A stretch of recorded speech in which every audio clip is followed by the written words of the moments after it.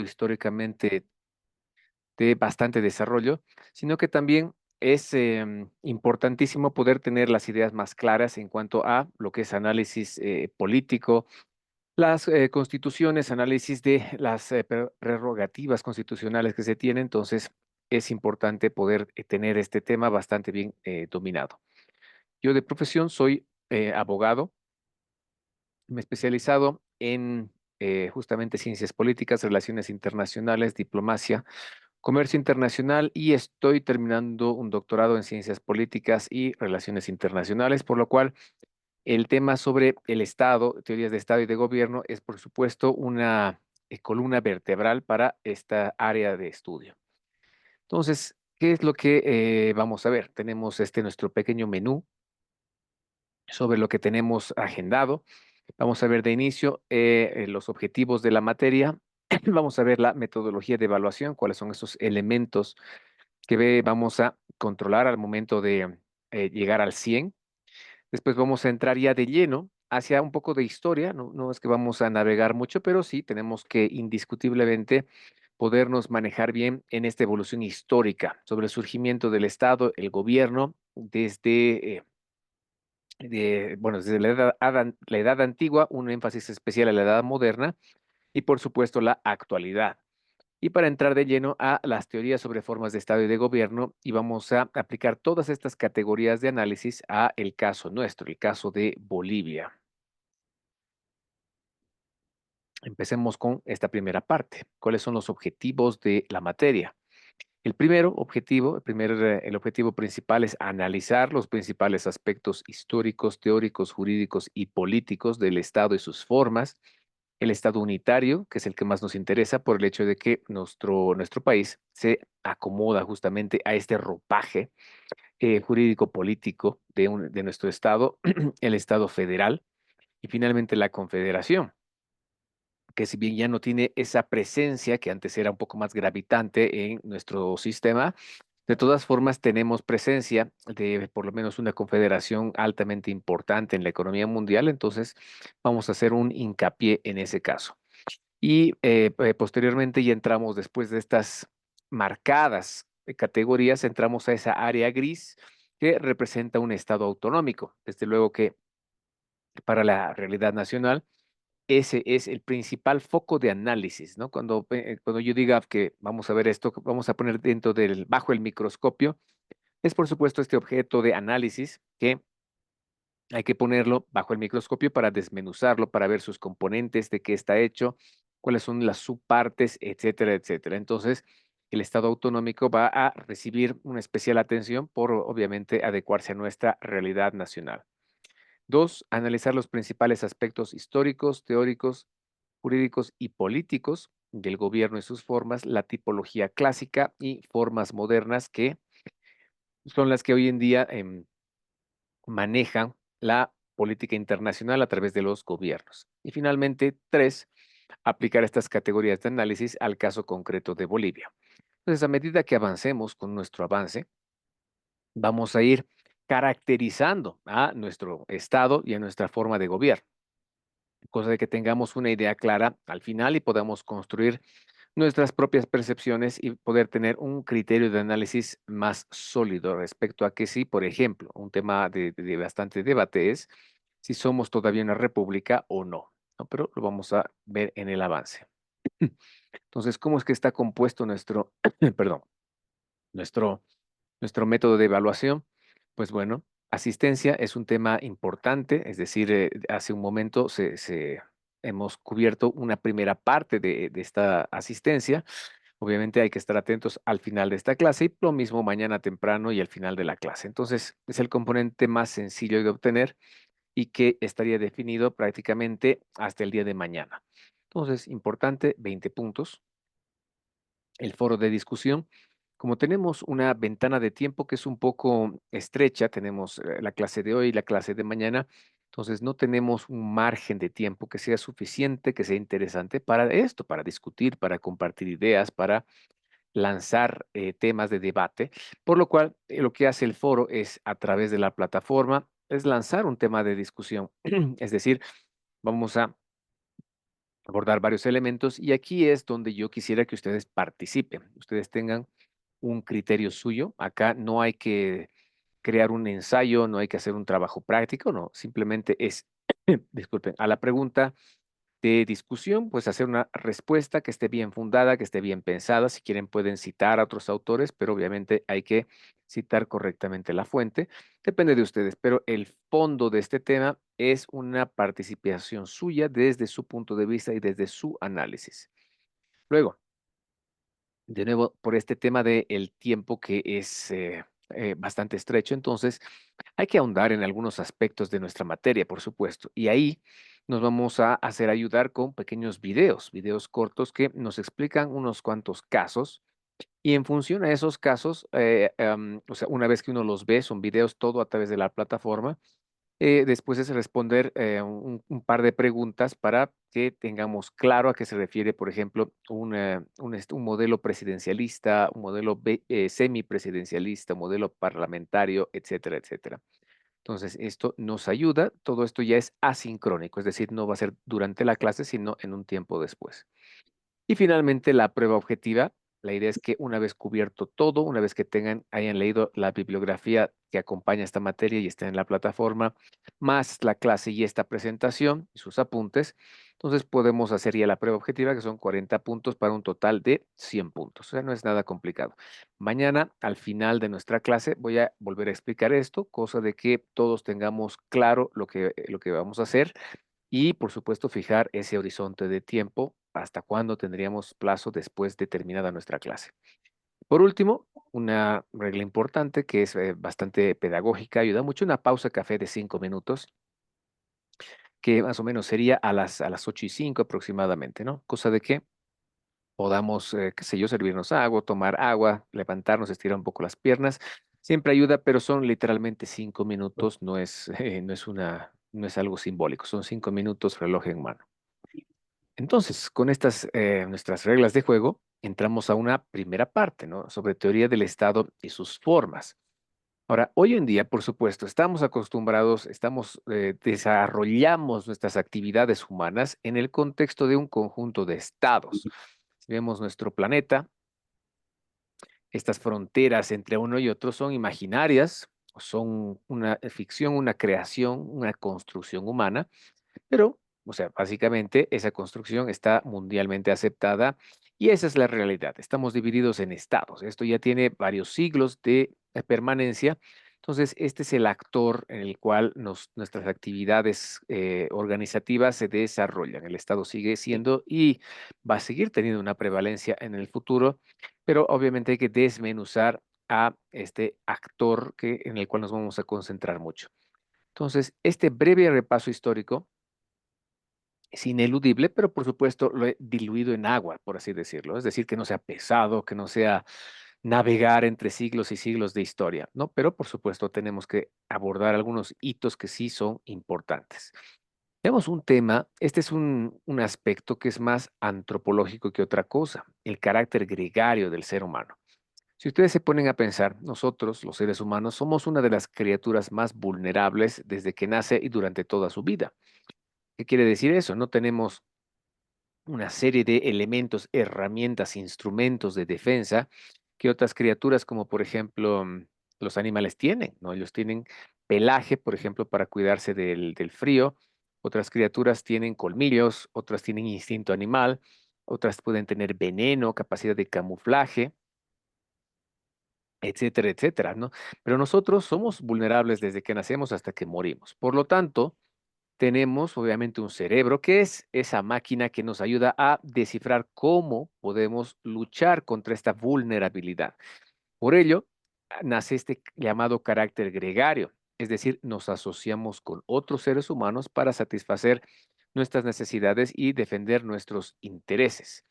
Entonces, si ustedes se ponen a pensar, en toda nuestra vida siempre estamos buscando en qué o cómo asociarnos con otras personas, ya sea tu ciudad, tu vecindario, tu equipo de fútbol, tu pasanaco, tu asado, tu logia, tu comparsa, etcétera, etcétera. Todas esas son formas que nos lleva a agregarnos, ¿no? Por eso también es la palabra de gregario, nos agregamos uno con otro.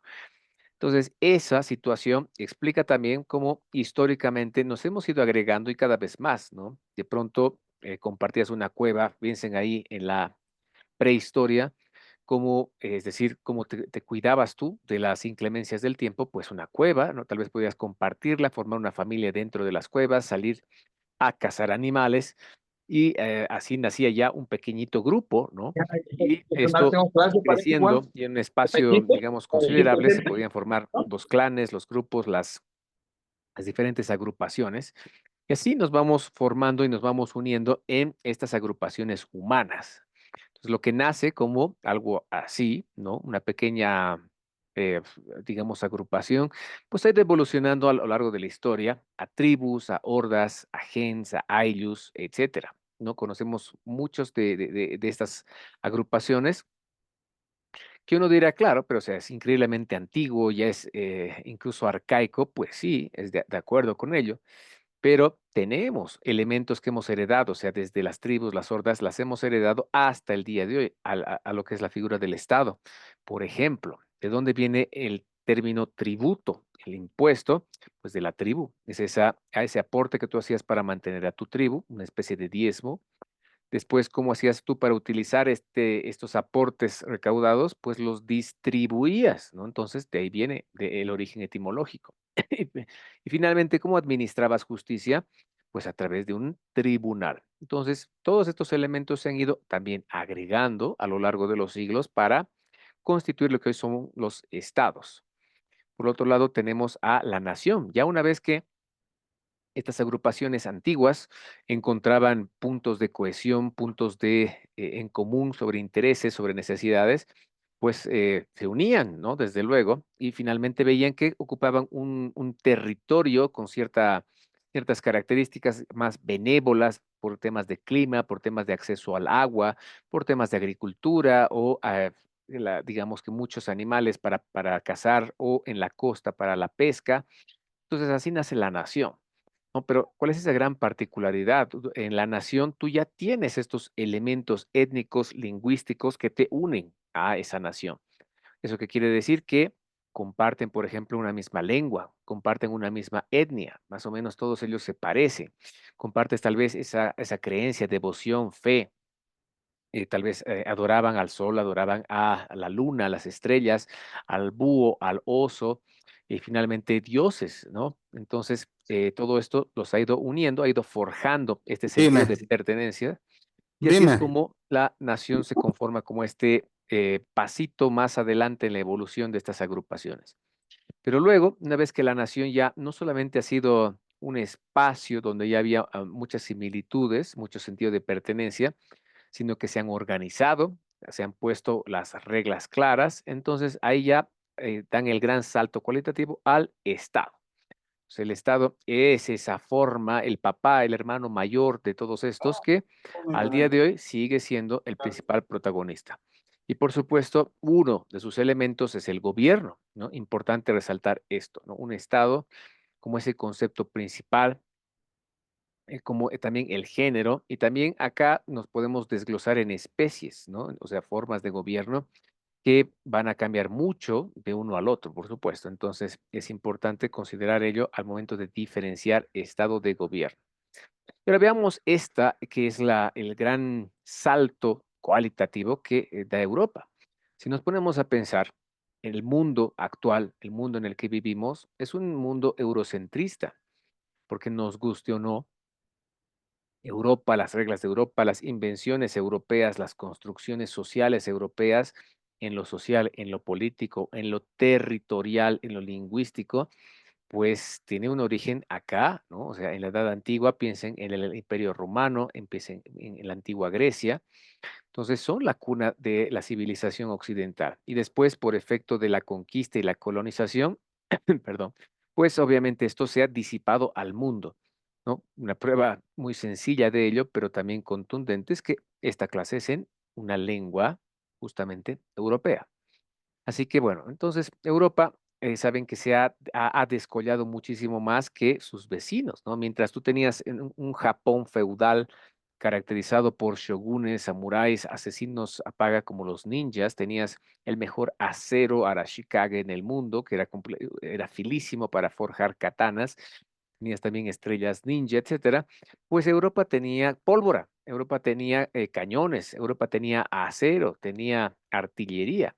Entonces, se ha impuesto básicamente, ha sido este avance tecnológico y esta extremada fragmentación. Si ustedes ven este mapa, es una ensalada, es un bol de espaguetis donde cada quien es un pequeño reinado, un pequeño principado, un pequeño ducado, otro reino acá, el Sacro Imperio Romano Germánico allá, una república aquí, o sea, todo, todo, todo, ¿no? Entonces, es un pequeño desorden, ¿no? Es un pequeño aftapi de actores políticos. O sea que así era el mundo, ¿no? Entonces, ¿qué es lo que pasa?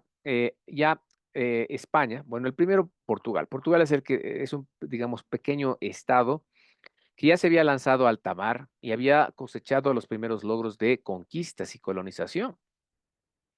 Pero esto era en las cercanías. El que da ese gran salto cualitativo, un salto en garrocha, es el naciente Reino de España. Recordando un poquito el tema de historia, acordémonos de esta alianza, este matrimonio entre Isabel la Católica de Castilla con Fernando de Aragón, de obviamente Aragón, que forman esta alianza y también en nombre de qué, de la religión católica, ¿no? Ya estamos en una época después del auge del Imperio Romano, estamos hablando de perdón, de lenguas romances derivadas del latín. Entonces compartían, ¿no? Toda esta península compartía todas estas raíces. Entonces había esa unión, pero el tema era que acá tenías mucha presencia de los moros, o sea, había una presencia islámica muy fuerte, ¿no? 700 años del califato de Córdoba, que finalmente son expulsados de la península ibérica, se unen Isabel la Católica y Fernando de Aragón en 1469, toman el control, el idioma oficial de Castilla, o sea, el castellano, se impone a toda la península y se convierte en el idioma del naciente Reino de España. Entonces, su unificación como un Estado-nación sienta un precedente súper fuerte para Europa. ¿Por qué? Porque habían particularidades, cada región tenía sus particularismos.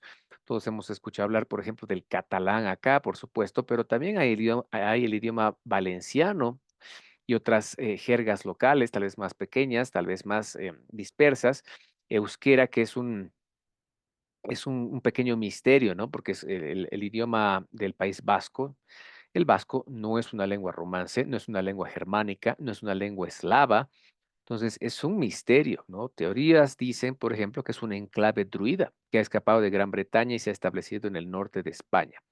Pero bueno, al día de hoy es un pequeño misterio de cómo es que una lengua tan compleja, tan diferente, no tiene nada que ver con todo esto, incluida Francia, España, Italia, pues ahí está. Bueno, en conclusión, se forja este poderoso Estado-nación y se lanza, por supuesto, a la conquista de América, ¿no? Querían buscar, y ustedes saben, la búsqueda de nuevas rutas del comercio. Llegan a América y empieza su periodo de auge colonial. Entonces, al ver el éxito, cómo era altamente redituable ser un Estado-nación, es decir, compartir el idioma, compartir las creencias, ¿no? Ellos eran fervientes defensores de la religión católica. Entonces tenían esa unión espiritual, tenían esa unión idiomática, tenían esa unión étnica, o sea que eran una nación que se había organizado y formó un Estado-nación. Entonces, sus vecinos eran como que, ¿qué pasa con nosotros que no estamos siguiéndole el paso si tenemos eso o más elementos que nos unen? Francia tiene que esperar un poco para consolidar este Estado-nación, ¿no? Allá por el siglo XVI. Clodoveo había iniciado ya la creación de un Estado en el año 843, pero se consolida una monarquía absoluta y se impone el francés como lengua oficial recién en 1539. Por supuesto, para decir que eres un Estado-nación, un elemento muy importante que es de cohesión, de unión de tu gente, es el idioma. Entonces acá también, ¿no es cierto? Tienen el idioma bretón y otro tipo de jerga a lo largo y ancho de Francia, pero finalmente el francés es ese pegamento que une a los franceses bajo un solo reino. Gran Bretaña, lo propio, se mantuvo en conflictos constantes con Gales y con Escocia hasta 1453, cuando se pone fin a la Guerra de los 100 años, ¿no? En 1603 se incorpora Escocia a Inglaterra, Gales e Irlanda. Entonces ya se conforma como un solo reino y obviamente es un Estado-nación. Y por supuesto, ellos hambrientos de seguir el paso a Portugal, a España, entonces empiezan su propia carrera de colonización. Los que no le sigan el paso si está Italia y Alemania. Ellos han tenido que esperar mucho más tiempo, unos buenos siglos. Recién se han unificado, fíjense, en 1864 el Reino de Italia y en 1871 el Segundo Reich alemán.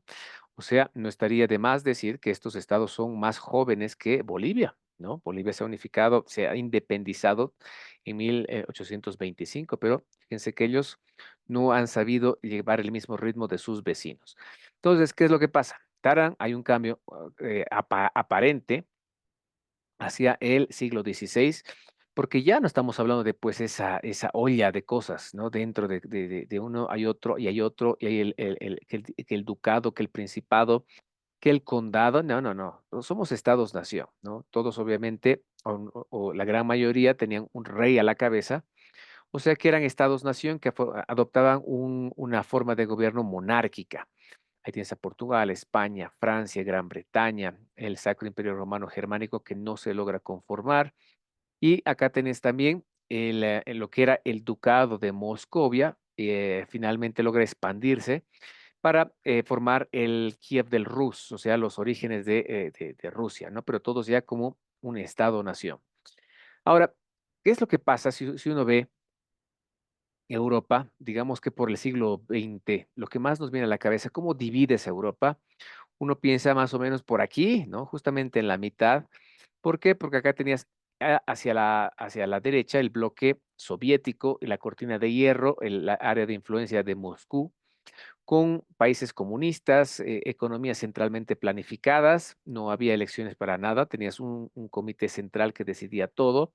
Y de aquí hacia allá, la esfera de influencia de Estados Unidos y posteriormente la Unión Europea con una economía abierta de mercado, elecciones, democracia, etcétera. Pero, si ustedes ven culturalmente este mapa, la línea en realidad no es aquí de arriba hacia abajo, sino es el norte versus el sur, ¿no? Porque acá ha habido una preeminencia de qué? De la religión católica. Acuérdense que también que el Imperio Romano adoptó la religión católica como oficial, adoptó el cristianismo, y se impuso, obviamente, esta fe, ¿no? Dejando de lado, por ejemplo, a los antiguos dioses romanos, caso de Saturno, caso de Júpiter, caso de Neptuno, etcétera, y adoptan la religión católica. Entonces, como buenos herederos del imperio, pues sí, lo que después fue Italia, lo que vino a ser Francia, España, Portugal, entonces adoptaron la religión católica. Mientras que acá, ¿qué es lo que pasaba? Acordémonos del señor Martín Lutero. Él desafía esto y dice, oigan, es que hay algo que anda mal acá, ¿no? Porque, por ejemplo, eso de cobrar indulgencias, es decir, si yo tengo una serie de pecados, no es que voy al Vaticano y pago y de ahí rezo dos padres nuestros y estoy con la conciencia limpia, ¿no? Así no funciona, están lucrando con la fe de las personas y finalmente eso es lo que pasaba, ¿no? O sea, con estas indulgencias se ha financiado la construcción de la Basílica de San Pedro en el Vaticano. Entonces, no gustó, esa era una de las tesis de Lutero que estaban socavando esa preeminencia católica. Entonces, ¿quién era acá por así decirlo, el Estados Unidos de este siglo? Era España. España era el imperio coordinador y por supuesto con la cantidad de colonias y minerales que tenía y fuerzas de ultramar, pues podía imponer su visión. Entonces acá empieza hace mucho una guerra entre España y lo que era la República de Holanda, hoy por hoy Reino de los Países Bajos, porque eran los que se estaban separando. Dijeron, "No, yo ya no quiero saber de la religión católica, me alejo, ¿no? ¿Y es por qué? Porque estoy más bien, me gusta más esa idea protestante, porque protesto contra estos cánones católicos que me estás imponiendo. Y finalmente se llega a la famosa guerra de los 30 años, que hace que finalmente, digamos que el sur pierda esa preeminencia y el norte empiece a adquirir una libertad religiosa y también empieza su periodo de auge e industrialización. y nos lleva a la paz de Westfalia, ¿no? Este es el incidente clave que le da o catapulta al Estado como ese actor protagónico como lo tenemos hoy. Pero veamos este videito que nos va a explicar con elocuencia.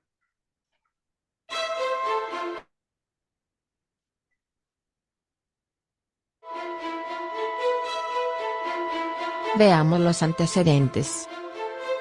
Se libró una guerra entre los años 1618 y 1648, en la cual intervinieron el Sacro Imperio Romano y las grandes potencias europeas. El principal origen de la guerra fue de carácter religioso, en el que se generó un enfrentamiento entre la Iglesia Católica y la Iglesia Protestante, liderada por Martín Lutero. El mayor detonante de la guerra fue el enfrentamiento por buscar una libertad religiosa. Después de dichos acontecimientos, se dio la Paz de Westfalia, la cual sucedió el 24 de octubre de 1648. Y fue el motivo por el cual finalizó la guerra de 30 años en Alemania, Francia, Holanda y España. La Paz de Westfalia creó el primer sistema internacional, que abogó por la transformación de la política, lo que de paso acababa con las guerras de religión que hubieron desde la Reforma luterana a inicios del siglo XVI. Y edificaba el primer paso hacia la destrucción de la sociedad corporativa. El Tratado de Westfalia tuvo una gran importancia para la historia del mundo. Primero, porque marcó el nacimiento del Estado-nación. Segundo, dio paso a un nuevo orden territorial con fronteras mejor determinadas. Tercero, se instauró el Congreso Diplomático Moderno e inició un nuevo orden en Europa Central, basado en el concepto de soberanía nacional. Cuarto, se estableció el principio de que la integridad territorial es el fundamento de la existencia de los estados. Y quinto, la Santa Sede dejó de...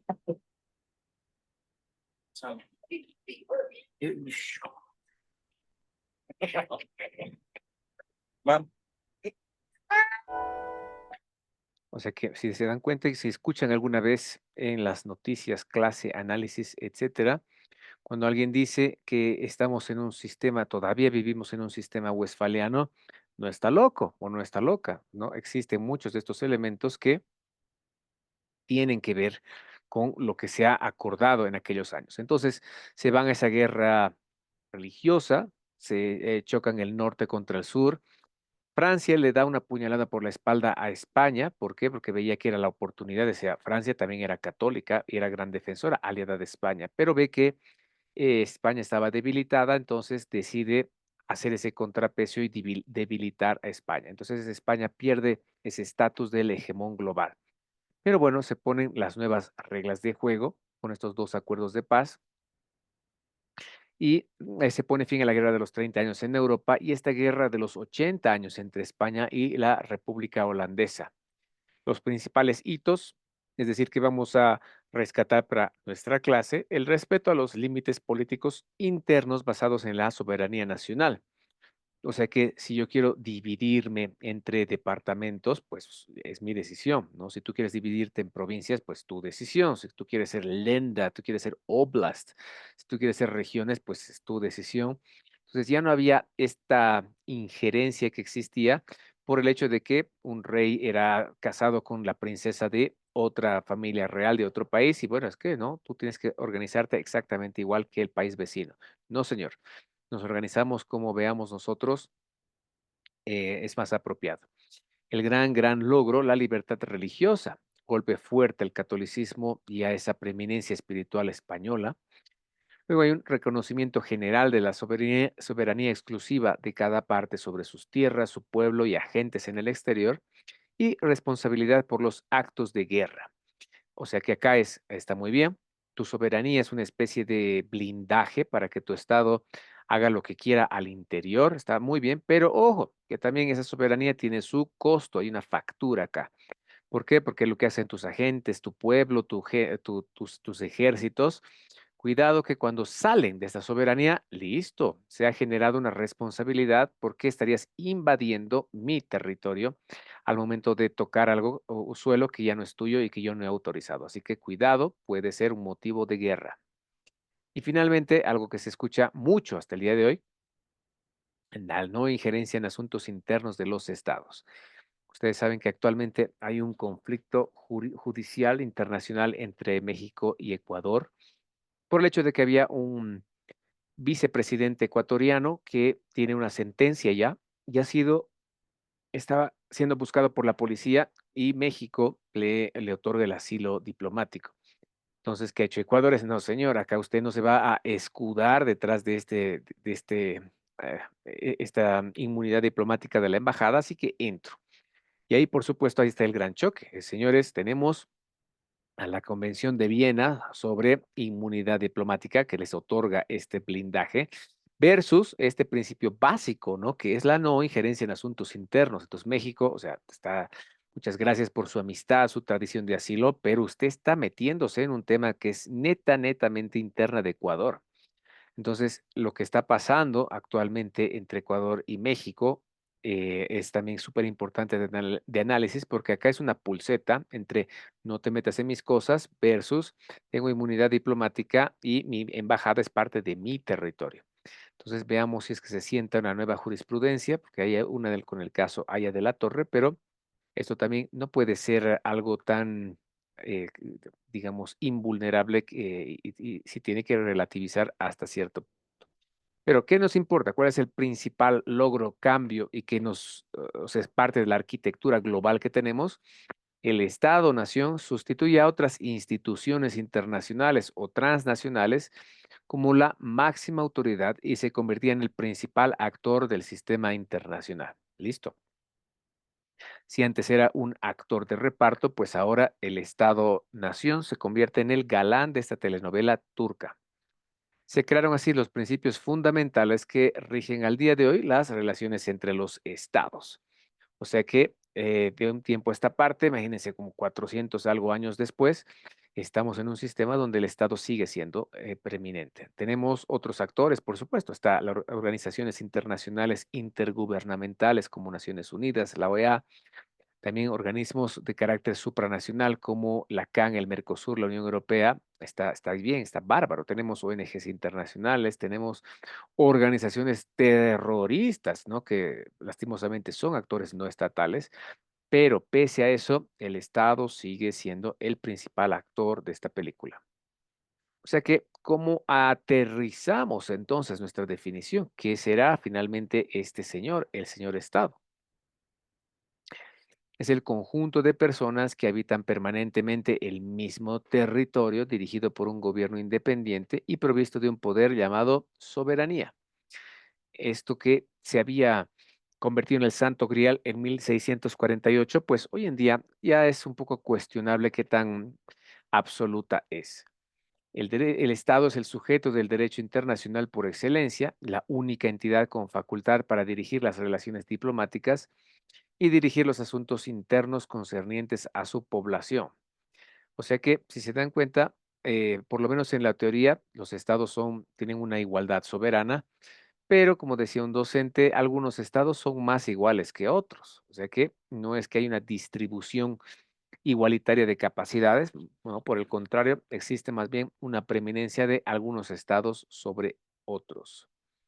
Y actualmente tenemos un esquema global que está liderado, por supuesto, por Naciones Unidas, donde tenemos 193 estados que conforman este sistema de Naciones Unidas, ¿no? Esto es, en esencia, resume lo que es nuestra gobernanza global en la actualidad. Ahora, cuando queremos hablar del Estado, tenemos que pensar en cuáles son los ingredientes de la receta mágica del Estado. Hay algunos que son un poco más, entre comillas, fáciles de obtener que otros que son más difíciles y de larga data de obtener. Cuando decimos estos más fáciles de obtener, porque generalmente acá hay un acompañamiento de la naturaleza, como nos da una población, una cantidad de gente, y por supuesto qué suelo, qué porción del globo nos corresponde en nuestro continente para poder establecer estas reglas y desempeñar nuestras actividades. Mientras que el gobierno, es decir, ponerse las pilas y organizarte y decir que hasta aquí llegamos, estas son las reglas de juego y que se acepte. Y si no aceptas, uso la fuerza, pues ha sido un mérito histórico gigantesco, ¿no? Lo vamos a ver ahora de qué se trata. Y la soberanía que vendría a ser ese elemento que, por así decirlo, amarra estos tres elementos para sazonarle y decir, ajá, ahora sí, con este cuarto, pues cierro el cuadro y tenemos un estado. La población es idealmente un grupo humano que ha nacido en un mismo territorio con características comunes. Sin embargo, puede estar constituido por diferentes nacionalidades. O sea que si el Estado-nación era el actor hegemónico en el mundo, entonces está bien, se mantiene como Estado, pero Estado-nación, eso se ha venido diluyendo con los años. Es decir, por el efecto de la colonización, la conquista europea, la mezcla, ese mestizaje que se ha dado y, por supuesto, el abandono de sus países, o sea, las colonias y excolonias, migrar a sus países colonizadores, eso ha generado una mezcla. Y ahora que con la globalización esto se ha acentuado, o sea que ya es, o sea, el mundo está mucho más caracterizado por su heterogeneidad que por su homogeneidad. Entonces, ya no es necesario, ya no tiene una prevalencia de decir si eres nación, puede ser Estado. No, puede ser tranquilamente un Estado y si les prestamos nuestra definición, nuestra denominación nacional, puede ser tranquilamente un Estado plurinacional. ¿No? Que si ustedes ven en el mundo, claro, esta rigidez de una sola nación dentro del Estado, pues eso ya no se da, ¿no? El comercio, las comunicaciones, la caída del muro de Berlín y el colapso de la Unión Soviética, y obviamente la búsqueda de oportunidades, negocios, etcétera, pues eso nos ha mezclado, nos guste o no. En el tipo de población radica las diferencias entre un Estado-nación, una población homogénea, y un Estado diverso, una población heterogénea.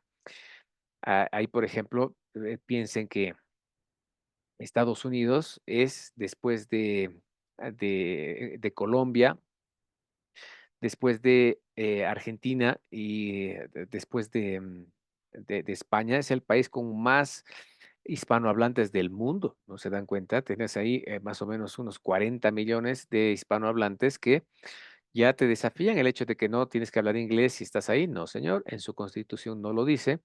Y esto es solamente una de las porciones, ¿no? Tienes ahí también una gran presencia del Asia Pacífico, del sur de Asia. Entonces tienes ahí un crisol y es altamente plurinacional. O sea que hoy el Estado es el protagónico y el Estado-nación pues ya no es un requisito. Luego, lo que era conocido como el suelo, ¿no? El territorio, que hay que pensarlo, pero en 3D, ¿no? Cuando uno dice territorio, lo que te viene inmediatamente a la cabeza es ese suelo. ¿Dónde desarrollas tus actividades? ¿Hasta dónde llegan tus límites y dónde empieza el otro país? Pues sí, está bien eso, pero hay que ver no solamente hasta el horizonte, sino hay que ver hacia arriba y hay que ver hacia abajo. Es el elemento distintivo de un estado que debe estar claramente delimitado: el territorio, el mar territorial, las islas y zonas económica exclusiva, los lagos, los ríos, el espacio aéreo, etcétera. Es la porción del globo terráqueo sobre el cual el Estado ejerce soberanía.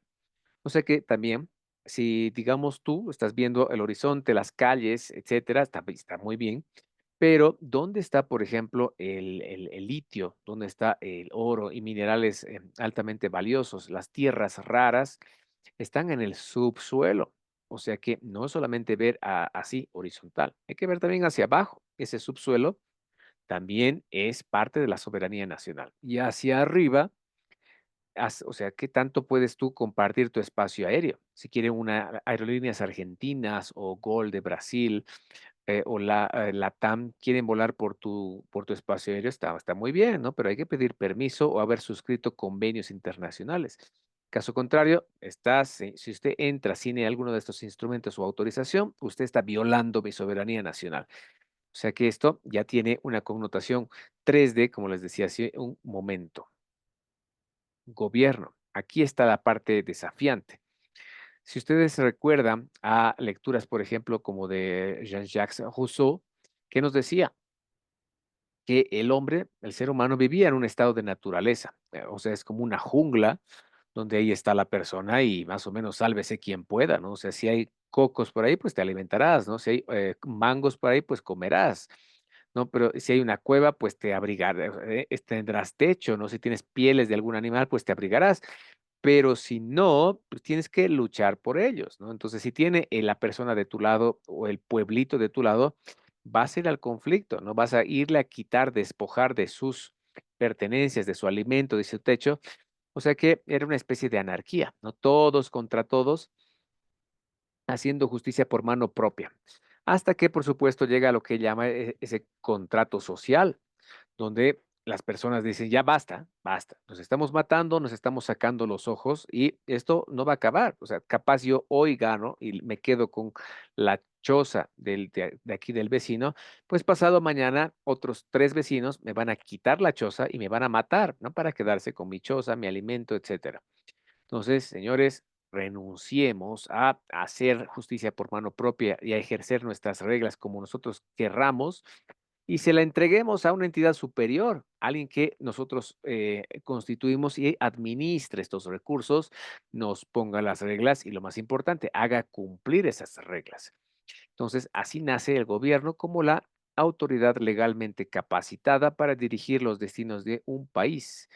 Debe ser soberano, e independiente, con un fin político, económico, social estable y capaz para cumplir con los compromisos y obligaciones internacionales. No importa qué régimen se adopte, debe mantener el orden interno y la representación en el exterior. Si ustedes se ponen a pensar al final de la Segunda Guerra Mundial, los países aliados estaban perfilando cómo iba a ser ese mundo post-Hitler, post-intento de conquista mundial, una subyugación a los que ellos llamaban esas razas inferiores. Entonces teníamos que pensar acá y ponernos las pilas para decir, bueno, señores, hasta acá llegó.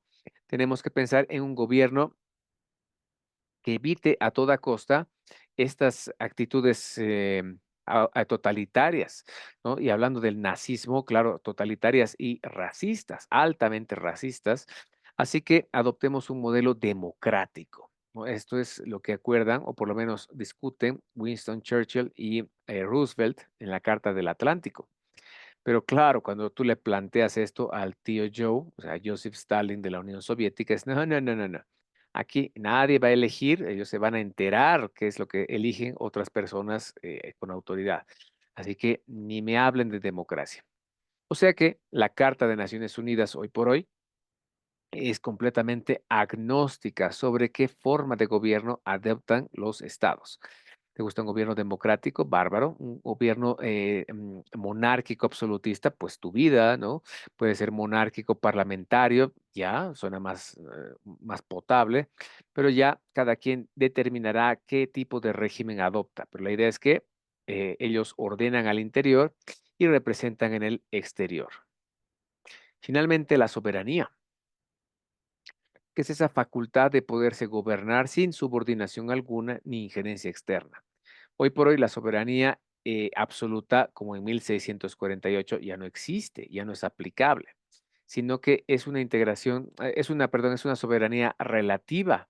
Es algo que ya se ha disuelto un poquito en agua. ¿Por qué? Porque hay elementos, fenómenos, evolución que hacen que esto ya no sea tan santo grial.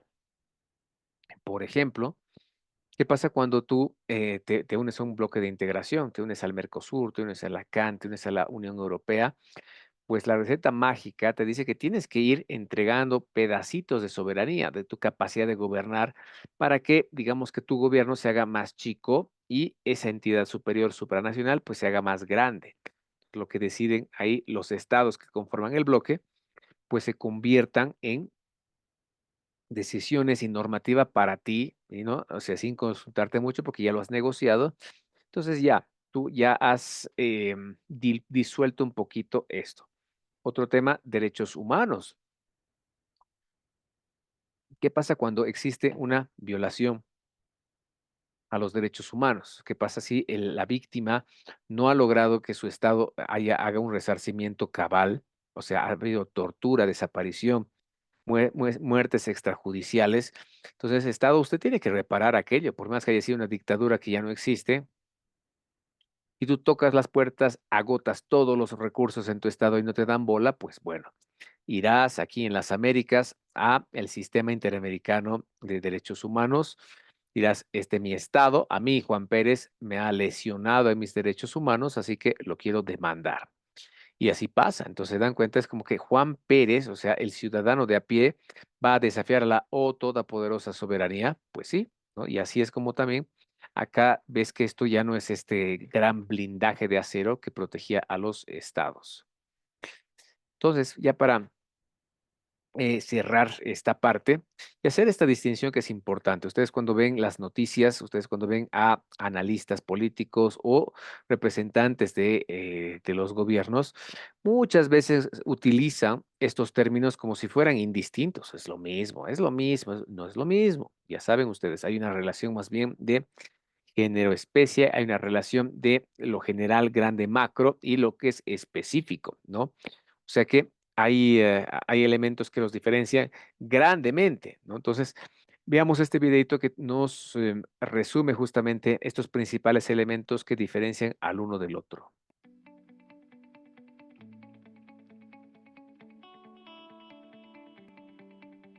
Los conceptos de Estado y gobierno suelen confundirse muy a menudo.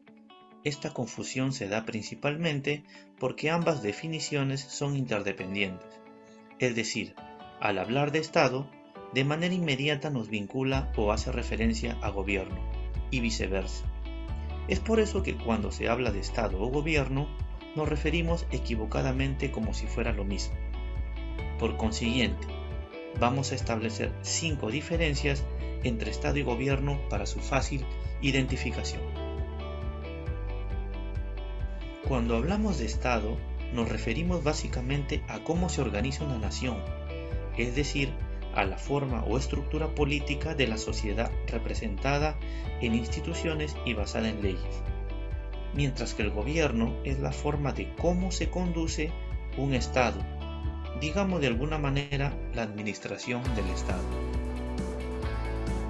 Como en la imagen central, el Estado está representado por las instituciones públicas, tales como el Poder Ejecutivo, Judicial, Congreso, Gobierno regional, municipal, etc.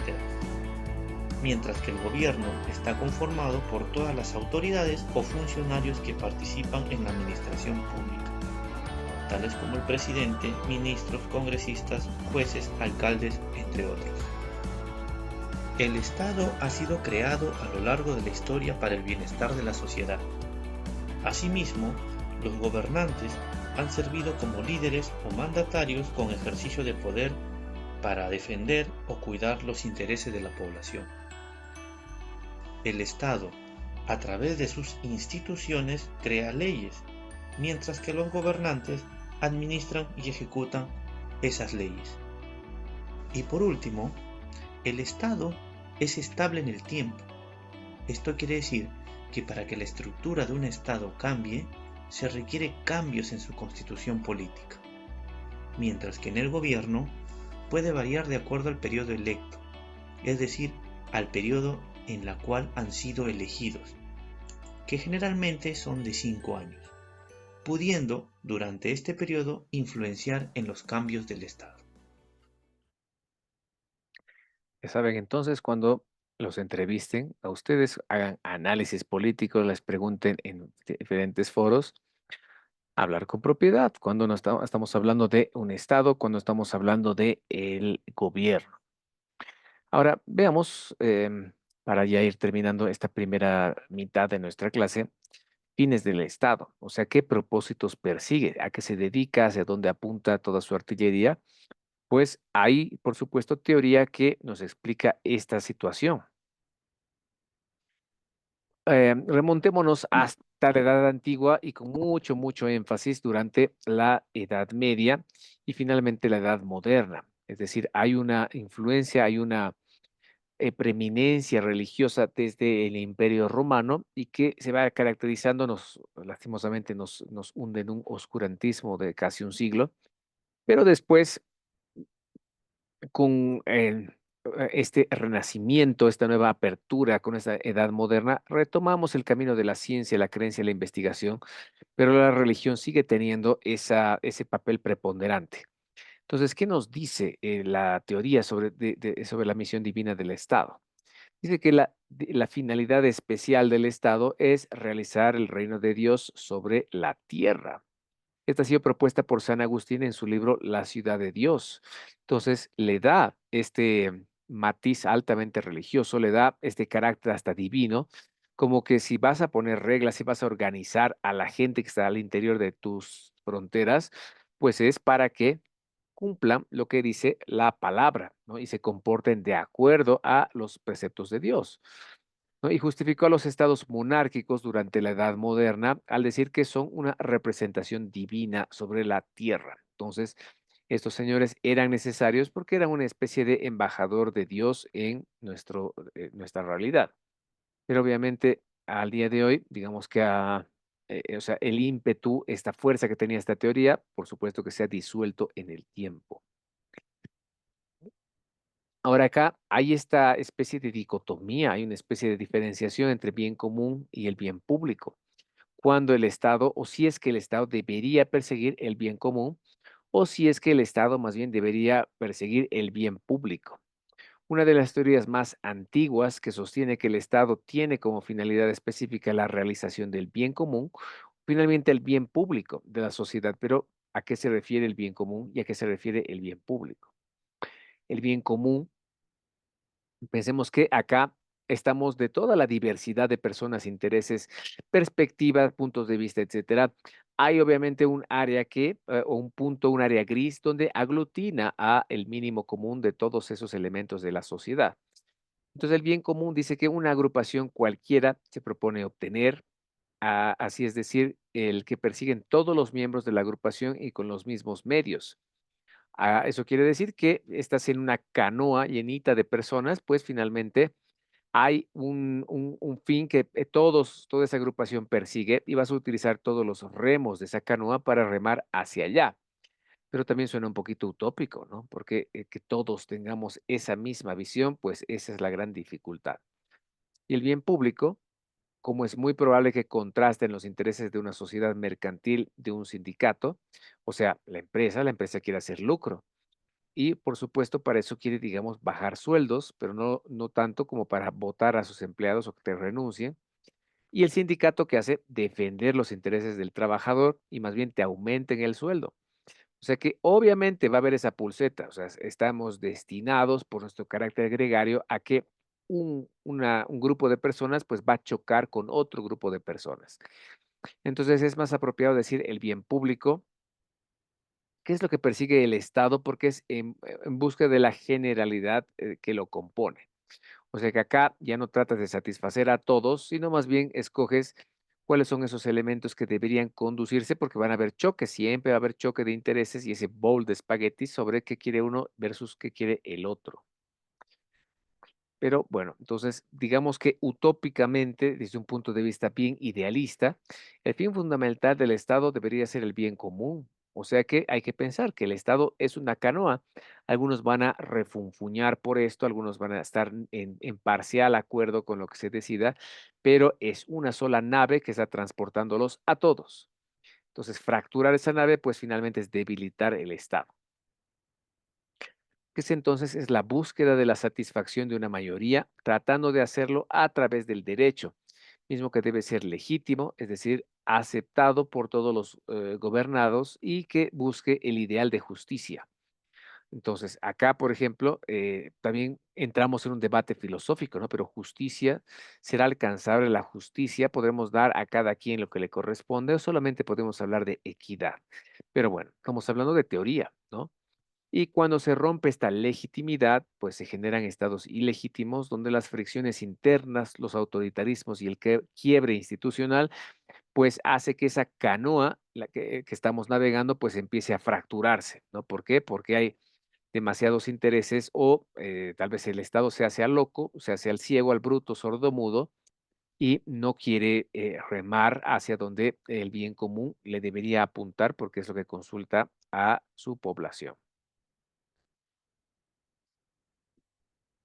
Esto, bueno, pero acá veamos, hablando de fines del Estado, vamos a ver qué es lo que nos dice nuestra constitución política respecto a esos principios, valores y fines del Estado en su artículo 9. Pero antes de seguir, acá les propongo por la hora hacer esa pausita de 5 minutos que les comentaba, ir a tomar agua, estirar un poco las piernas y volvemos. ¿Cómo les parece? ¿Están bien? ¿De acuerdo? Correcto. Gracias, Perfecto. gracias, Entonces, licenciado. Fernando, un gusto, un gusto. 8:09 tengo, o sea que 8:14 retornamos, por favor. Así Muchas es, gracias. constitucionales, así como garantizar acceso a educación, a la salud, al trabajo. Finalmente, promover y garantizar el aprovechamiento responsable y planificado de los recursos naturales e impulsar su industrialización, así como la conservación del medio ambiente. Ahí está como que la parte más filosófica, más de buscar un horizonte en común y que esto debería ser el bien común, ¿no? Pero cosas que quedan como que en la, digamos que olla del debate, es como, claro, ¿qué significará, pero finalmente descolonizar, ¿no? O sea, estamos, como decía en un principio, en una sociedad, en un mundo eurocentrista, y uno de esos grandes elementos es la comunicación. O sea que nos olvidamos de nuestra lengua española y pasamos a una de las otras 36 lenguas. Entonces acá muchos de las disposiciones de nuestra Constitución son bastante complejas de poder cumplir, ¿no? Empezando por el tema de ejercicio de la democracia, las formas de justicia, la administración territorial, es todo un desafío que es bien, bien complejo de lograr. Ahora, ¿qué dice también el artículo 10? ¿No? Porque acá también está un elemento que hay que considerar. ¿Por qué? Porque hay una serie de conflictos hoy en día que, o sea, invocan esta parte de nuestra Constitución y que nos obliga a tener un pronunciamiento que esté en consonancia con este precepto, que nos dice, Bolivia es un estado pacifista que promueve la cultura de la paz y el derecho a la paz, así como la cooperación entre los pueblos de la región y del mundo, a fin de contribuir al conocimiento mutuo, al desarrollo equitativo y a la promoción de la interculturalidad con pleno respeto a la soberanía de los estados. Sin embargo, tenemos sí una declaración oficial respecto a el conflicto entre Israel y Palestina, pero no ha habido ningún tipo de condena o pronunciamiento bajo este principio con el tema de la invasión de Rusia a Ucrania. Entonces, a veces se cumple y a veces simplemente se queda a medias. Bolivia rechaza toda guerra de agresión, ¿no? Esto sí que le da el tono fuerte para el tema entre Rusia y Ucrania, como instrumento de solución de los diferendos y conflictos entre estados, y se reserva el derecho a la legítima defensa en caso de agresión. Esto, claro, es un derecho legítimo que tiene más o menos 1000 años de existencia y que tenía que estar puesto en la Constitución, desde luego. Pero ahora entremos de lleno a ya las formas de Estado unitarios y compuestos. O sea, acá estamos entrando ya a hilar fino respecto a estados, ¿no? Después nos vamos a concentrar en gobiernos, pero ahora veamos a esta gran tipología. Cuando hablamos de estados unitarios, es más fácil de comprender porque es nuestra realidad. La mayoría de los estados en el mundo son unitarios. Y acá en Sudamérica tenemos también una preponderancia. O sea, ahí está Bolivia, ahí está Perú, ahí está Chile, ahí está Paraguay, ahí está Uruguay, ahí está Colombia. Entonces, tenemos numéricamente, sí, pero van a ver como estos estados compuestos, ¿no? Y decimos compuestos porque esto se desglosa. O sea, acá podemos encontrar a estados federales, a confederaciones y a estados sui generis, ¿no? Donde ahí están, por ejemplo, Rusia y Gran Bretaña, como vamos a ver, por la complejidad de su administración. Y entre estos dos, ahí está el objeto principal de nuestro análisis, que es el Estado unitario con autonomías, ¿no? Está en ese espacio acá, que es más de acá, pero se acerca y digamos que parece compuesto, huele a compuesto, tiene elementos que dan la pinta de compuesto, pero finalmente es unitario. Entonces, así veamos esta gran división. Cada estado unitario, realidad más común en nuestro vecindario, por llamar así a Sudamérica, federal y confederado. Ahora, ¿qué es lo que pasa? Estados unitarios. Hay que pensar un elemento que es formativo para nuestros países en Sudamérica.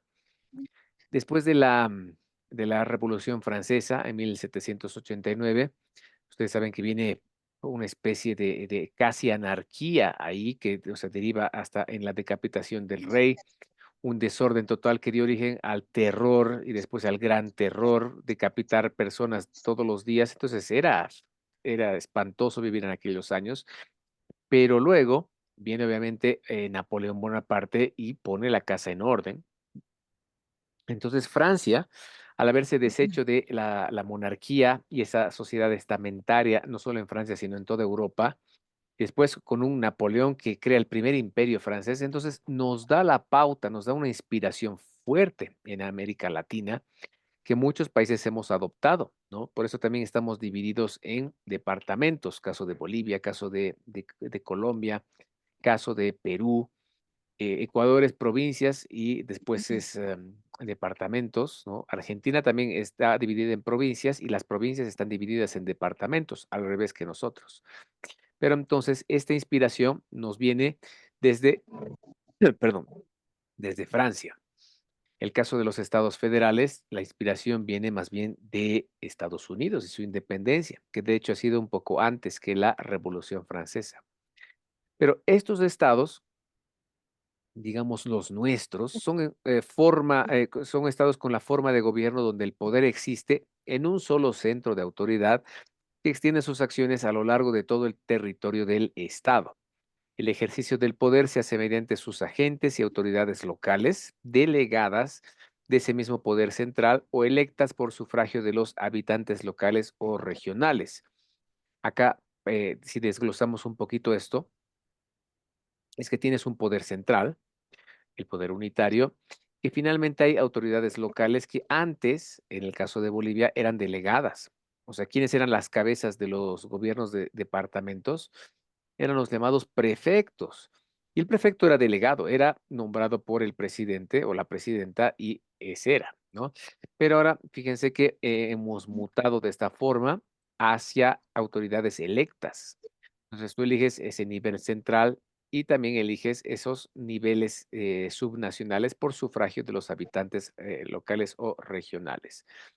Acá tienes una fuerza centrífuga, o sea, tú tienes el centro de poder, pero la idea es que tú dejes de acumular tanto poder y más bien empieces a soltar hacia afuera esas atribuciones de poder que tienes para que todo el mundo se empodere, todo el mundo tenga una sensación de pertenencia a tu gobierno departamental, a tu gobierno provincial, a tu gobierno cantonal, depende del país, ¿no? Pero es esa energía centrífuga que caracteriza un gobierno unitario. Si ustedes se fijan en el mapa, tenemos una mayoría numérica, o sea, desde el Asia hasta el África, Asia Central y las Américas, hay una preeminencia numérica, ¿no? Pero geográficamente, en cuestión de masa territorial, fíjese que es casi un empate, o sea, son menos actores, pero son monstruosos, o sea, imagínense Australia, vean a la India, vean al monstruo que es Rusia, que es del tamaño de Sudamérica, vean América del Norte. Entonces, hay, por así decirlo, un empate técnico territorial, ¿no? Pero en cuestión de números, tenemos una preeminencia unitaria. O sea que así piensen esta gran inspiración. De hecho, el papel de Francia ha jugado un rol trascendental en la independencia de nuestros países. Porque justamente, si ustedes recuerdan, Francia le pide permiso al rey de España para pasar, digamos que de a buenitas por su territorio para llegar hasta Portugal, ¿no? Y bueno, en Portugal, el rey de Portugal, Joao, escapa y se va a vivir a Brasil para gobernar desde ahí. Y España, pues, oye, como que está entre la espada y la pared y le dice, bueno, pasa nomás, pero cuidado, ¿no? Entonces llega a Francia y encarcela al rey de España, pone a su hermano Giuseppe Bonaparte en el trono y listo. Entonces aquí nace el silogismo de Monteagudo, acá en Bolivia, ¿no? Y decía, nosotros somos colonias del rey de España. ¿Qué ha pasado? El rey de España ya no es el rey, está en la cárcel. Por lo tanto, ya no somos colonia de nadie, así que ahora somos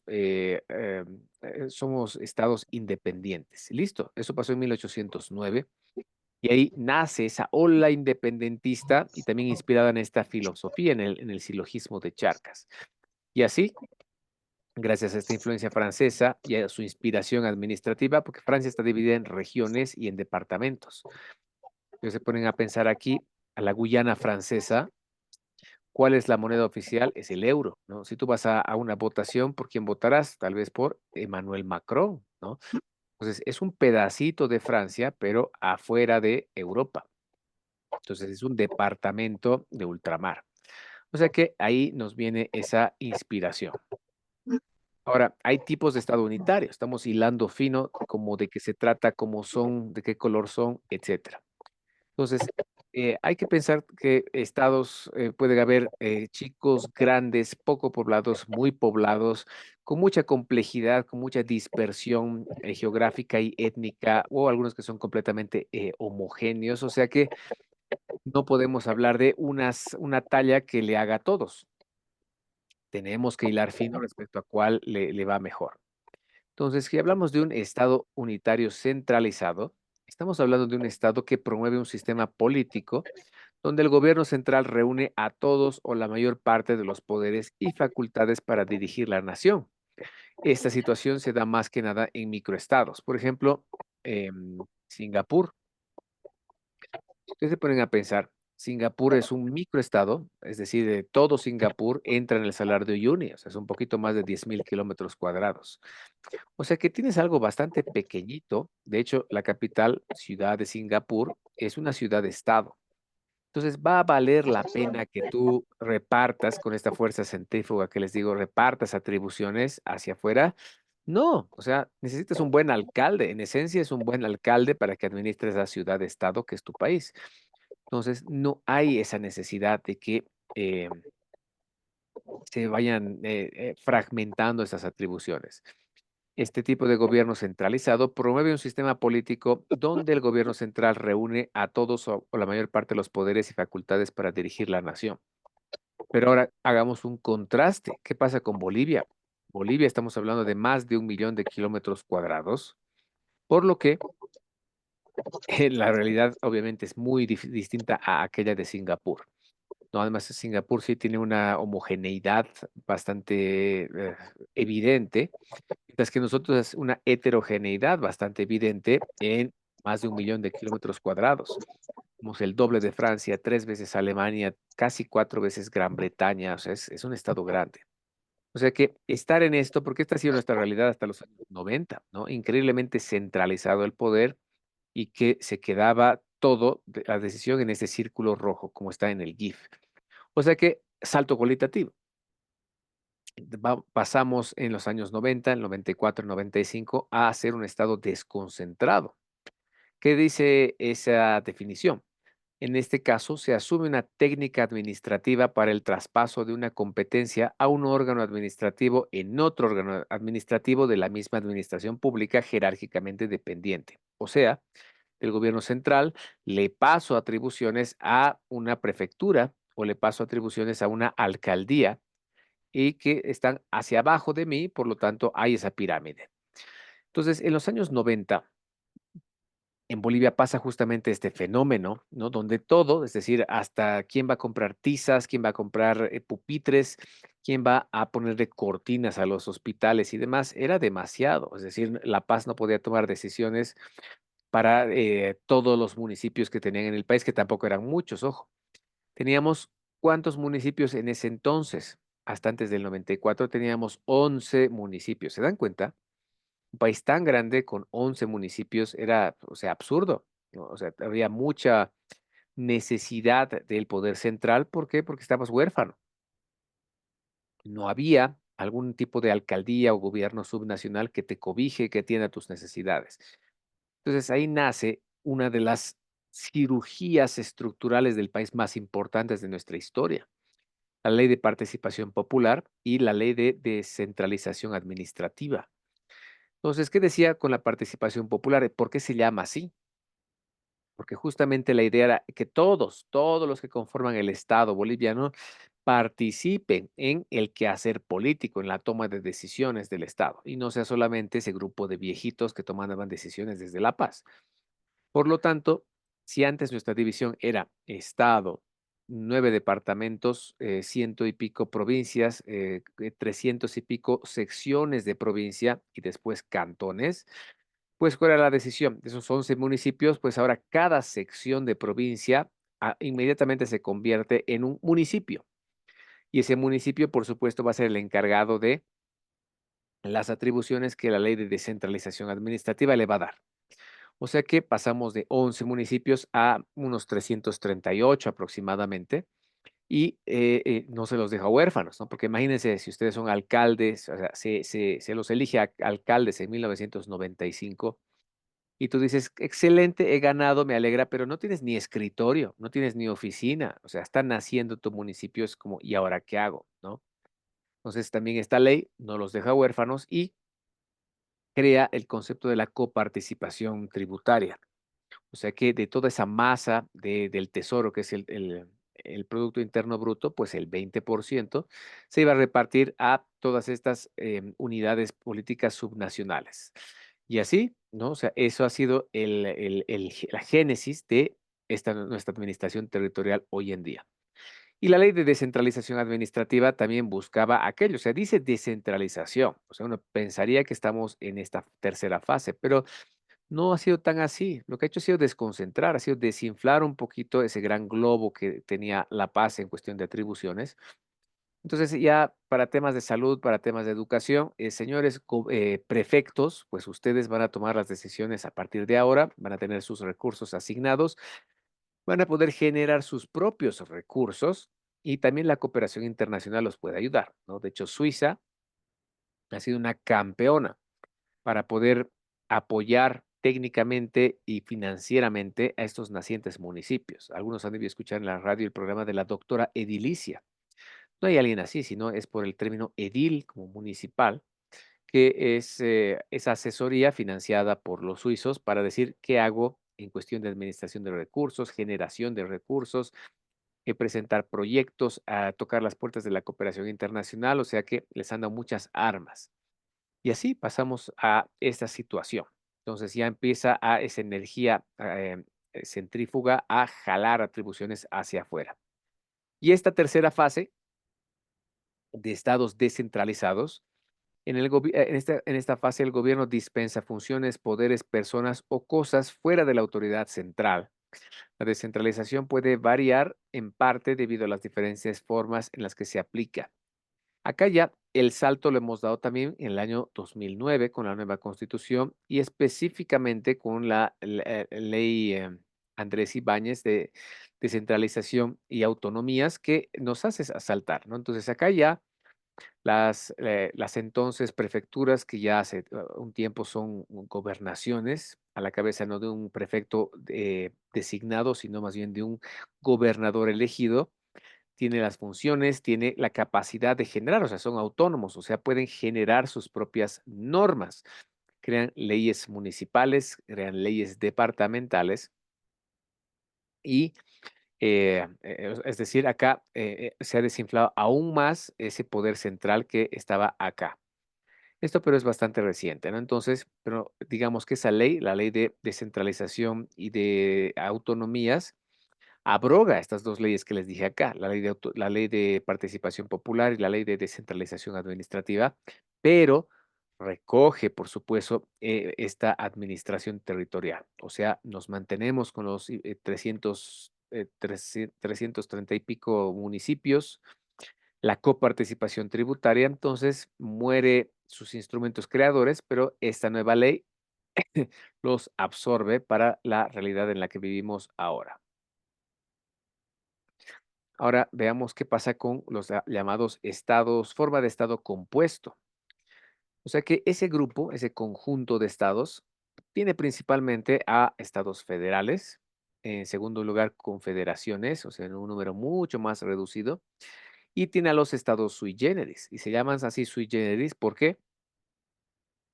porque en su administración hay muchos elementos que tú dices, oye, esto suena unitario, ¿no? Pero esto suena federal, pero esto suena bien, bien propio suyo, o sea, es una realidad que ellos solamente conocen, o sea que es a su medida. Entonces, tiene esas características muy propias y que, bueno, hace que sea una especie de subcategoría que no corresponde a ninguna otra.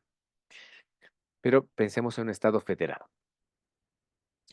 Si en un estado unitario hay esa fuerza centrífuga, ¿no? Del centro de poder, esas fuerzas emanan hacia afuera, pues acá es al revés. Acá tienes tantos centros de poder disipados que lo que quieren es unirse, aliarse.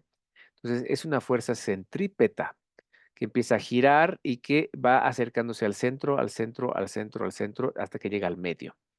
¿Por qué? Porque tú tienes que formar un centro de poder. O sea, tú ya eras un país, un estado, eras una unidad política con fuerza, capacidad de decisión, recursos y demás.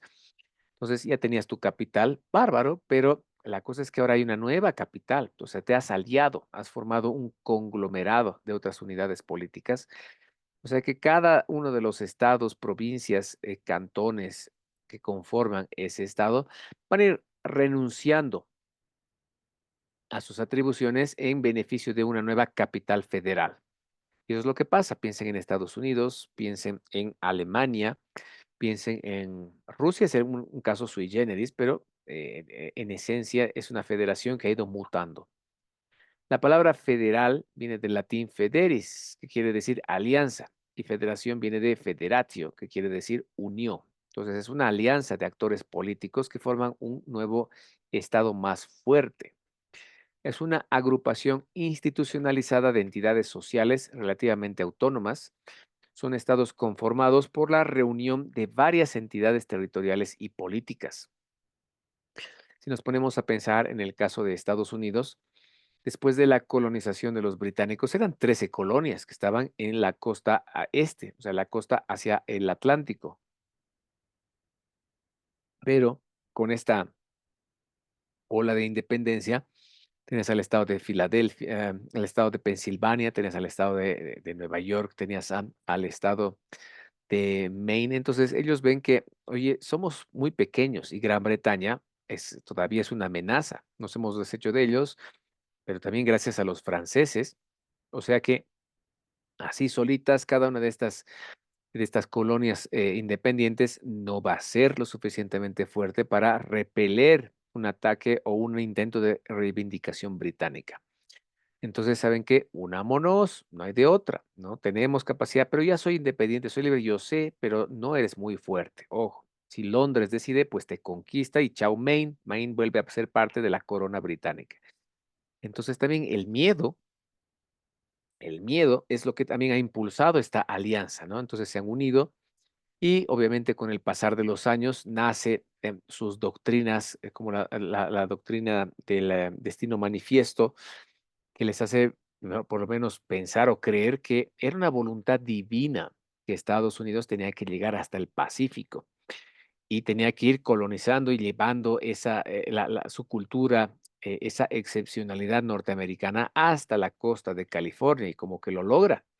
Se va a la guerra con México, México pierde el 52% de su territorio, pero van conquistando y finalmente, claro, en esa fuerza centrípeta nace el Distrito de Columbia, o sea, Washington, D.C., que es, si ustedes ven en el mapa, es una especie de grampa, es como un pequeño diente que le has incrustado al estado de Maryland. Entonces, el Distrito de Columbia no obedece a las leyes de Maryland, no obedece a las leyes de Virginia, sino que tiene su propio gobierno, el gobierno de la ciudad, que antes en la Constitución decía que esta nueva capital, pues, va a ser administrada directamente desde el Congreso. Pero imagínense legisladores pensando en el recojo de basura, luminarias públicas, basureros. No, no, no, señores, enmienda la Constitución y creamos el gobierno de la ciudad de Washington. Listo. Y así se da. Y si ustedes ven, a Washington es una ciudad pequeña, es una ciudad, perdón, mucho menos poblada que Nueva York, Los Ángeles, Chicago. Son como 2,5 millones de habitantes. Entonces, eso es fruto de esa fuerza centrípeta que ha ido aumentando el poder de su capital federal. Pero Eso no es que debilita mucho a las otras grandes ciudades. Es una agrupación institucionalidad de entidades sociales relativamente autónomas. Acá estamos hablando de estados. En el caso de Argentina, piensen en las Provincias Unidas, ¿no? También eran parte del Virreinato de La Plata, financiado con la plata boliviana, porque no hay plata en el Río de la Plata famoso, ¿no? O sea, por ahí se transportaba la plata, pero el río no tenía nada. Entonces, con esa ola independentista era la misma historia, o sea, son provincias que solitas no iban a poder contener un ataque de reivindicación de España. Entonces, forman una alianza federal y nace Argentina, ¿no? La República Argentina como una república federal, donde ahí cada estado en Estados Unidos y cada provincia en Argentina sancionan sus propias leyes, ¿no? Eso también explica mucho de cómo es que en algunos estados, digamos que la marihuana es legal y en otros estados es completamente ilegal. En otros puede ser utilizada para fines medicinales y en otros puede haber cárcel, ¿no? Esa es una diferencia, digamos, más básica, pero temas más sensibles como la pena de muerte. No sé si han visto o conocen los casos, por ejemplo, de Jeffrey Dahmer, los hermanos Menéndez o Pogo el payaso. Es decir, eh, solo en el Midwest de Estados Unidos, a Jeffrey Dahmer le dan 15 cadenas perpetuas, o sea, 800 años de cárcel, mientras que a John Wayne Gacy, el payaso Pogo, que le dan la pena de muerte por inyección letal, ¿no? Y en el estado de Texas incluso sigue habiendo la silla eléctrica, ¿no? Y en otros estados no, señores, acá en el estado de Virginia, por ejemplo, es cadena perpetua. ¿Por qué? Porque la vida se respeta, ¿no? Y ahora, en el caso de Argentina, en el caso del litio, por ejemplo, acá les ha ido bastante bien, o digamos, han avanzado mucho más que nosotros. ¿Por qué? Porque cuando tú eres un inversor europeo, eres un inversión norteamericano o chino o ruso, tienes que hablar con los gobernadores donde están los salares. Entonces, claro, si tú eres gobernador de Catamarca o de Jujuy o de Salta, es como que, oh, wow, o sea, ¿puedo atraer 1.000 millones de dólares en inversión en una planta? Sí, pues por supuesto que sí. Yo me jacto de que lo he hecho, entonces vénganse, promocionemos esta inversión y lo hagamos. Entonces, no tienes que hablar con el papá Buenos Aires, ¿no? Porque ahí, claro, ahí va a haber una inmiscusión, va a haber intereses de todo el Estado. Quién sabe qué tan eficientes sean para administrar, no lo sabemos. Entonces, cada provincia acá decide su destino, pero también hay siempre errores o hay cositas que no funcionan bien. Que también la crisis argentina de los últimos 24 años se explica por su carácter federal. O sea, las provincias entusiasmadísimas de lanzar sus proyectos de desarrollo, de vertebrarse, de crear carreteras, industria, etcétera, piden préstamos, o sea, le hacen ojitos al Banco Interamericano de Desarrollo, le hacen ojitos al Banco Mundial, le hacen ojitos a la CAF, etcétera, etcétera. Entonces les prestan, ¿no? Entonces ahí, si Entre Ríos se ha endeudado con 2.000 millones de dólares, Santa Fe dirá, pues yo también, ¿no? Otros 2.000 millones de dólares, ¿no? Córdoba, pues excelente, yo también con otros 2.000 millones de dólares. Pero si no les va bien a estos señores gobernadores, ¿quién tiene que responder finalmente por la chacota de sus hijitos? El papá Buenos Aires. Entonces, esto ha pasado, ¿no? Y ha habido mucho endeudamiento y esa capacidad federal que acá, Buenos Aires, mudo, ¿no? Entonces, endeudas como loco, usas la tarjeta de crédito del papá y el papá es el fregado que tiene que pagar. Pero bueno, esto todo es perfectible. Y el caso de Alemania. El caso de Alemania también es bastante particular, porque Alemania, si nos remontamos a el año 1871, como les decía, recién estaba último en la cola, se unifica lo que es hoy Alemania, ¿no? En ese entonces el Segundo Reich alemán, que unifica al reino de Prusia, que era, o sea, se erigía sobre esta parte, incluyendo partes de Polonia más lo que Napoleón había creado. O sea, aquí habían más o menos 300 estados germánicos, ¿no? Imagínense un país enano, 300 estados, pequeños estados germánicos, y eran pues como cada pueblo era un estado, era absurdo. Napoleón los une, le dice, no te hagas la burla, vas a ser ahora la Confederación de Estados Germánicos, ¿no? Y vas a tener 38, ya, y no exageres. Entonces, esos pequeños estados germánicos, más Prusia y esas conquistas que hace Otto von Bismarck con Liechtenstein, perdón, con Schleswig y Holstein acá, el sur de, el norte de Austria, etcétera. Entonces unificas a Alemania, pero ya estos tenían ese carácter de estado independiente.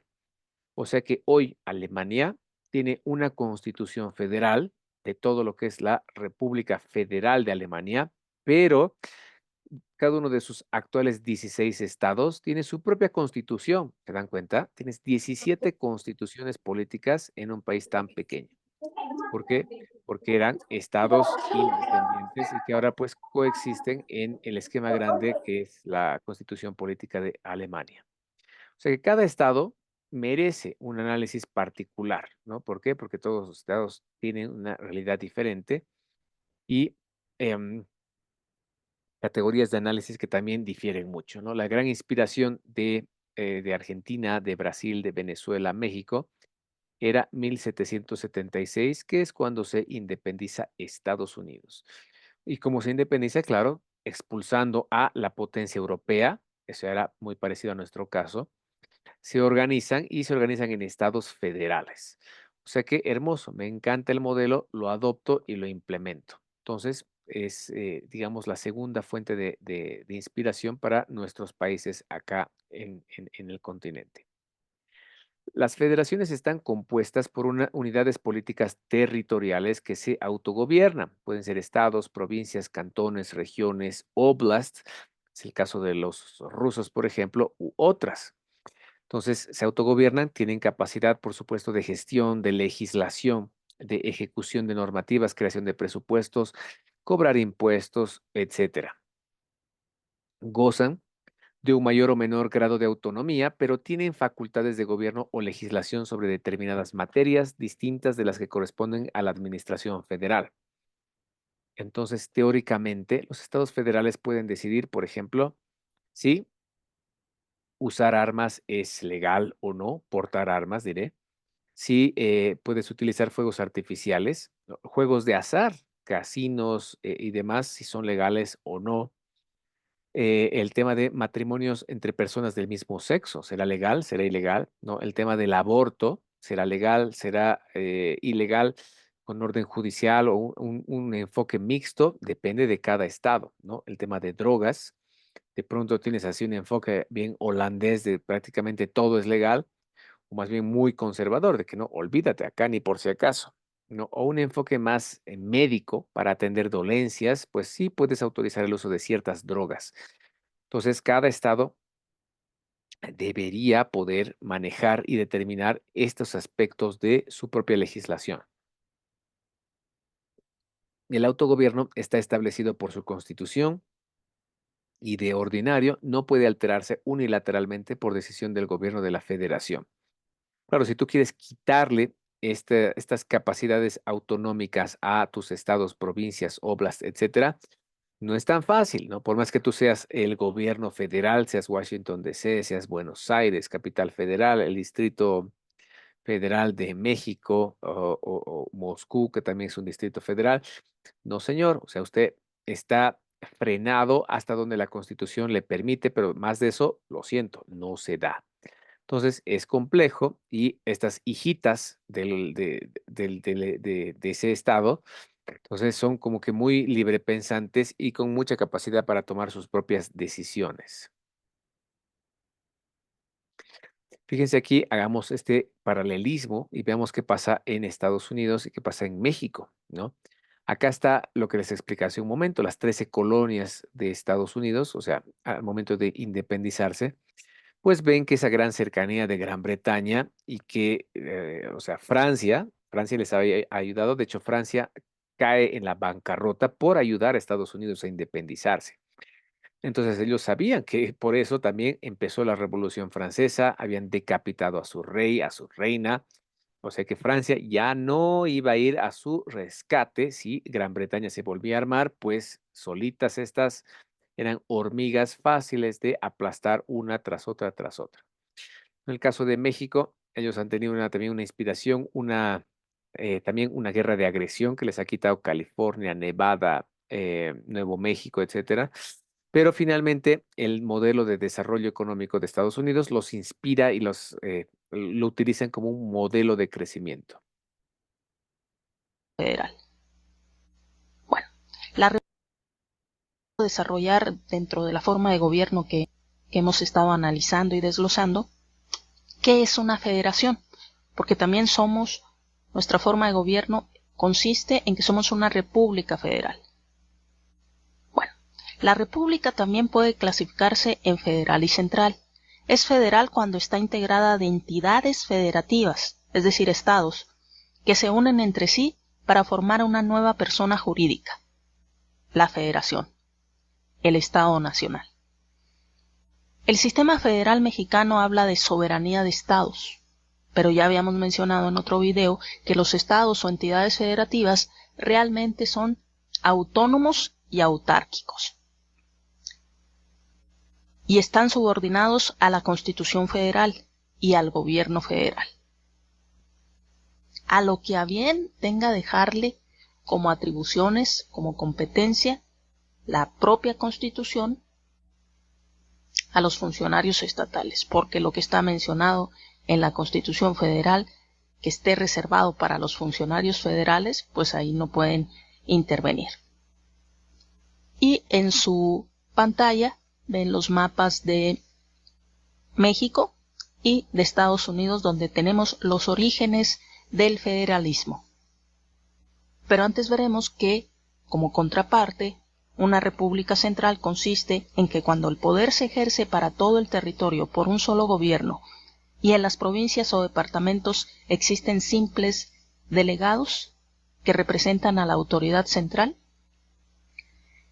ambos sistemas, tanto la República Federal como la República Centralista, los hemos tenido a lo largo de la historia de nuestro país. Finalmente hay que mencionar en qué consiste la diferencia entre federación y confederación, porque cuando estaban haciendo los ensayos Estados Unidos para integrar el gobierno que los iba a regular a partir de su vida independiente, pues estaban ellos elaborando lo que sería al finalizar un sistema de gobierno federal. Pero la diferencia entre federación y confederación es que la confederación es una reunión de estados, sí, pero conservando su soberanía e independencia, y no se origina por dicha reunión un nuevo estado superior, que es lo que caracteriza a la federación. Además, los estados están en libertad para desligarse según lo hayan convenido.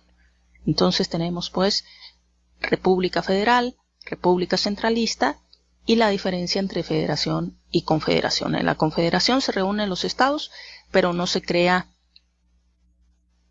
una nueva persona jurídica que será lo que caracterice al sistema federal. Y aprovechando este mapa, fíjense que aquí es donde deciden, ¿no es cierto? O sea, en su declaración de independencia y después en su constitución, deciden la creación del Distrito de Columbia, o sea, tener una capital federal donde si Virginia tiene su capital en Richmond o donde está Pensilvania, tiene su capital en Filadelfia. Entonces, ahí se había consolidado una capital, pero era una capital del estado, de la colonia, y que después iba a salpicar a todos. Pero acá deciden que no, señores, acá necesitamos una capital que esté al medio y que esté protegida por todas las provincias. Y es aquí un pedacito de Maryland que se destina a lo que sería después el Distrito de Columbia. Pero así, a eso me refiero cuando hablas de fuerza centrípeta, es decir, esas fuerzas externas que van yendo hacia el medio, hacia el medio, hacia el medio, entonces todas renuncian un poquito a sus atribuciones para entregárselas a un gobierno federal. En el caso de México, estamos hablando de, por supuesto, la Ciudad de México, otro era llamado Distrito Federal, pero que también tiene una lógica semejante, porque imagínense, está bastante al medio del país.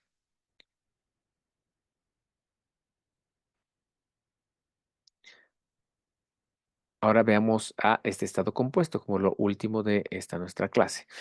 La confederación. El videito nos adelantaba algunos elementos. O sea que ya hemos hablado de provincias, hemos hablado de departamentos, hemos hablado de estados que se unen, es decir, como que se fusionan para crear a un nuevo estado, una nueva persona jurídica internacional.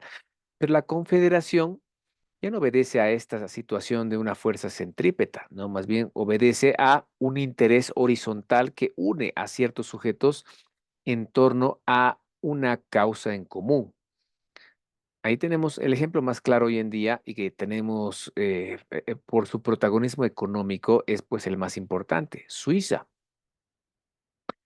Ustedes saben que hay 4 idiomas oficiales en Suiza, el italiano, el alemán, que bueno, es un pseudo alemán, no es Deutsch, es Dutch, el francés y una lengua romance también llamada Romanche, que pues bueno, o sea, ¿cómo se explica en un país tan pequeñito haya tanta diversidad?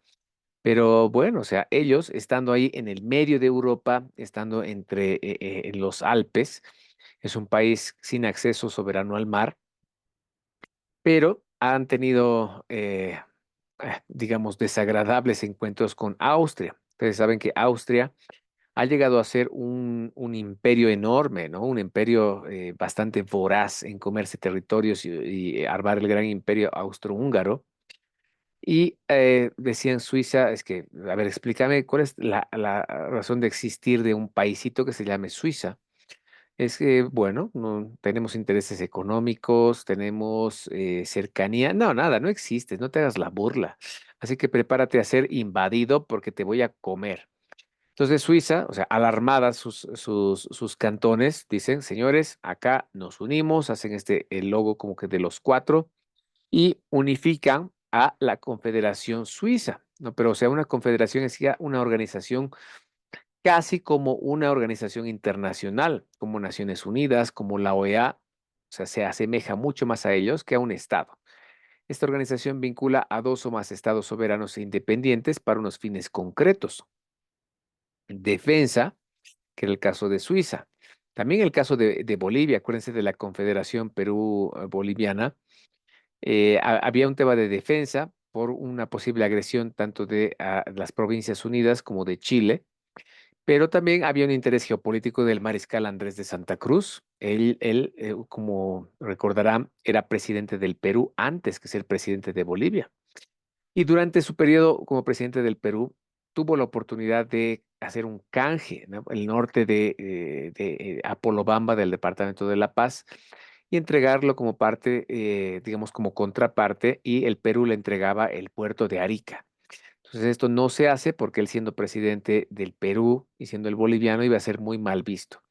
Entonces, como una forma de reivindicar esa por así decirlo, metida de pata, pues divide al Perú, divide en la República Sur Peruana y la República Nor Peruana, ¿no? Y entonces ahí se sospecha, porque no tenemos tampoco evidencia clara, que en el fondo esta confederación quería que Bolivia se anexe al estado sur peruano. No le interesaba el norperuano porque iba a ser una especie de estado tapón contra la Gran Colombia, contra el Imperio del Brasil, etcétera. Entonces, ¿qué une a estos países? La defensa, mantener unas relaciones internacionales comunes, cooperación económica entre las más frecuentes. Y su fundamento jurídico es un tratado, es decir, un pacto de naturaleza internacional. ¿Qué quiere decir aquello? No se han unido por una independencia, no sé, de una guerra brutal, no hay una declaración de independencia, no hay una constitución, sino no. Es acá, vamos a firmar un tratado de alianza, ¿no? ¿Por qué? Porque si no nos unimos, pues nos comen, nos devoran, nos parten en dos. Entonces, ahí está una gran diferencia. No hablamos de constitución, de declaración, ¿no? Estamos hablando de un tratado que crea la Confederación. Su estructura se asemeja a una organización internacional intergubernamental. Los Estados miembros retienen su soberanía, por lo que se reservan el derecho a la secesión. Esto es importante. No es sucesión, está como lo ven acá, secesión. ¿Qué quiere decir eso? Como digamos que se ha terminado la amenaza, ya no existe el imperio austrohúngaro. O sea, tranquilamente Suiza, su nombre oficial es la Confederación Helvética, puede decidir, aprieto el botón de la secesión y cada quien se vaya por donde vino, ¿no? Es esa la figura, o sea, es esa alianza que es un poco más frágil entre estados independientes y soberanos. O sea, como ya no hay esta causa en común, pues activo la cláusula de secesión y me voy por donde vine, ¿no? Y nadie se enoja porque no es un separatismo, sino es una característica de la confederación. Y finalmente, el gobierno central es relativamente débil y gobierna para los estados, no directamente para las personas. O sea que el gobierno en Suiza, por ejemplo, en Berna, decide temas macro como la conducción del país, la emisión de moneda, la tasa de interés, qué sé yo, pero los gobiernos de los cantones en Suiza, ellos son los que deciden el recojo de basura, las luminarias públicas, el cobro, los impuestos, la administración de salud, etcétera, etcétera, ¿no? Entonces tiene nomás unas características muy, muy propias suyas. Ok, entonces por el tema de la hora, les propongo que nos quedemos aquí. También que la fundación esté lista para el segundo llamado de lista. Espero que estén todos ahí atentos. Si tienen dudas, preguntas, comentarios, por favor, hacerlo en cuanto pueda. Y la fundación también proceder con la lista.